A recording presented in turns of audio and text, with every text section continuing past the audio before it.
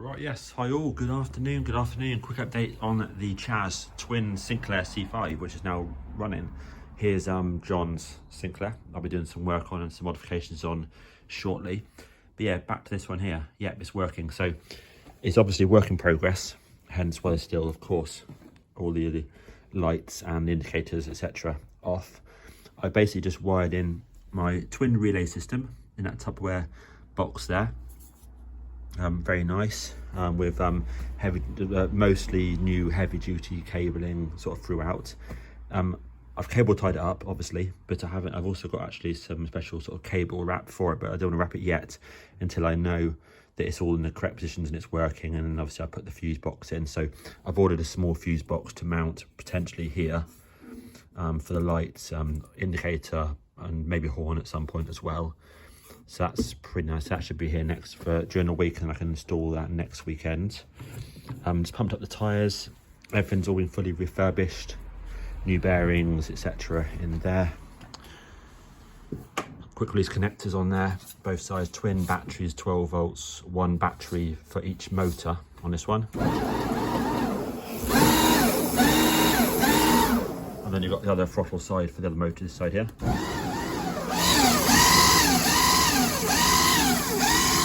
And obviously you can run both together, of course. Put it on there.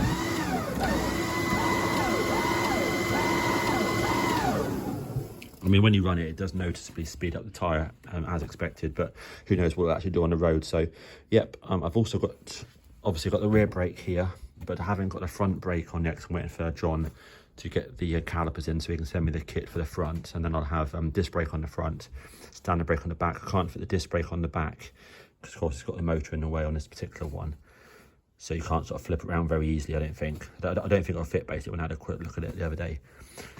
New drive belts on there as well. Yeah, excellent. So let's crack on and see if it works. Right, yes, we're out and about obviously, if you can hear that. So I'm obviously using the left throttle, the left motor, going very, very well, and it's blatantly noticeably faster obviously when you press the second one. So what I'll do is I'll try and film the second one, but it's probably hard to tell, but it's blatantly faster. Right, so here's the other throttle button going along normally. You can hear the different tone in.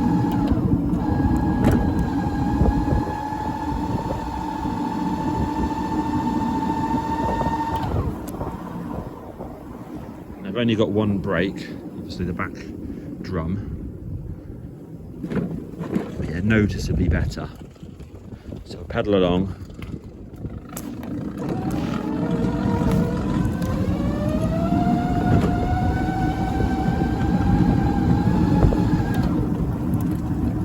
So yeah, it's like kicking in the turbocharger.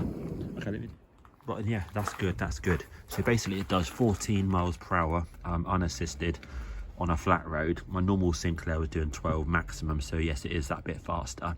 I'd imagine it's going to be particularly good if you're a heavy person, or you're going up a hill. I'd imagine up a hill it might be, significantly more useful than a single motor C5. Yes, top speed isn't super, but that's obviously what it is, running 12 volts basically. We go final update for this weekend. So we spent hours and hours and hours on the Sinclair, looking good. So there's obviously a lot of wiring in there. So I'm happy with the main loom. I still need to cover the main loom once I've absolutely confirmed that it's working exactly as it should be. I've got some special sort of wrap that I can use for that, so that's cool. Other things are, I've got the wiring in here. Obviously I put XS, of course, but it's the original Sinclair wiring all round for the light switch on this side. Got the three colours here for the indicator switch. Kind of partially wrapped it here, just the tricky parts. I do need to get the flasher, which I haven't got, and of course I mentioned I need to get hold of a fuse box. I've also put in here the main loom as well, which I fed in through the corrugated sort of tube here, so that goes up to the indicators at the front and the headlights. So headlight wire, that's the maximum wire length of the particular loom I had. So I'll obviously extend that depending where I need to go, but it might go from there, potentially just down to here for the fuse box. And these are the colours here that I've got for the front indicators. So I'm pleased with all that. And new drive belts on there, that's all looking pretty sweet. These are the wires here that Chaz put in for the indicators. Obviously I'll sort this piece here out, but and then I'll neaten it up, obviously, you know. And again, this wire here is my main power for the fuse box coming off a relay, and I've got those 2 wires there for the rear light. So yeah, lots and lots of effort, but again, it's nice I'm using the original wiring from a Sinclair loom.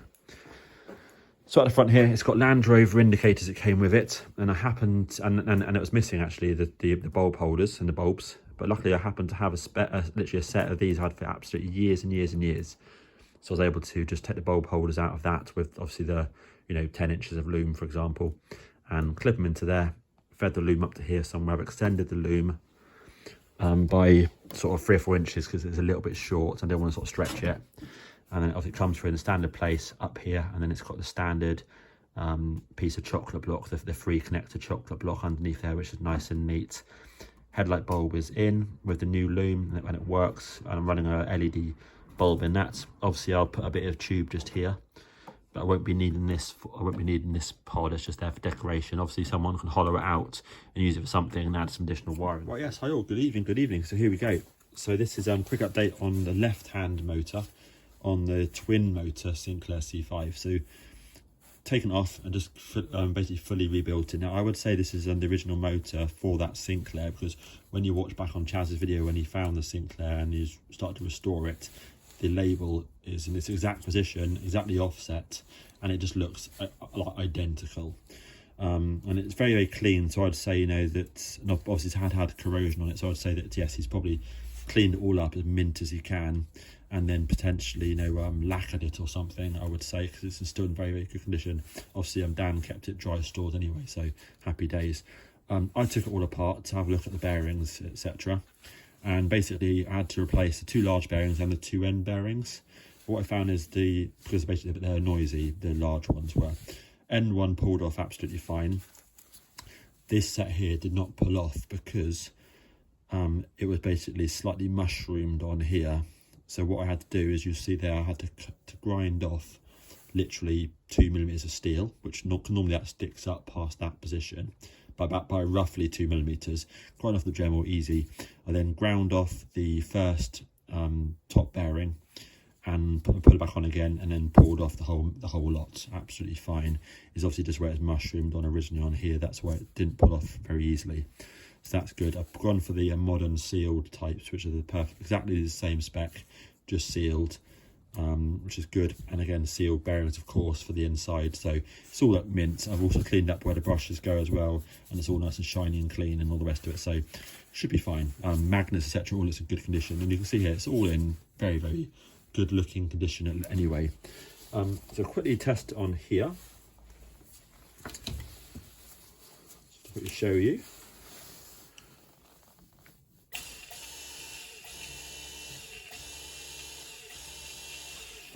Really smooth, sounds absolutely perfect. And again, those bearings are pressed on extremely perfectly. So I'm really pleased with all that. Gearbox wise, this particular one came with this, which is a metal 3D printed. Now I don't know if 3D printed is the right terminology or not, but that's what I sort of read on the forum.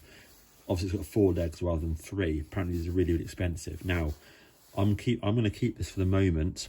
The reason I mention this is because I don't know how good these are and if these are reliable, and I want to make sure that this Sinclair is built knowing that it's going to be reliable. So I don't know how good these are, hence why I'm going to put in a nice original gearbox output shaft. So got this one here. I've just cleaned up for the motor that I temporarily was using in this Sinclair just a few days ago, literally, just to make sure it's working. And yep, super clean, good condition. So I'm gonna clean it off again now, put it back in again with the mint planetary gears back in there.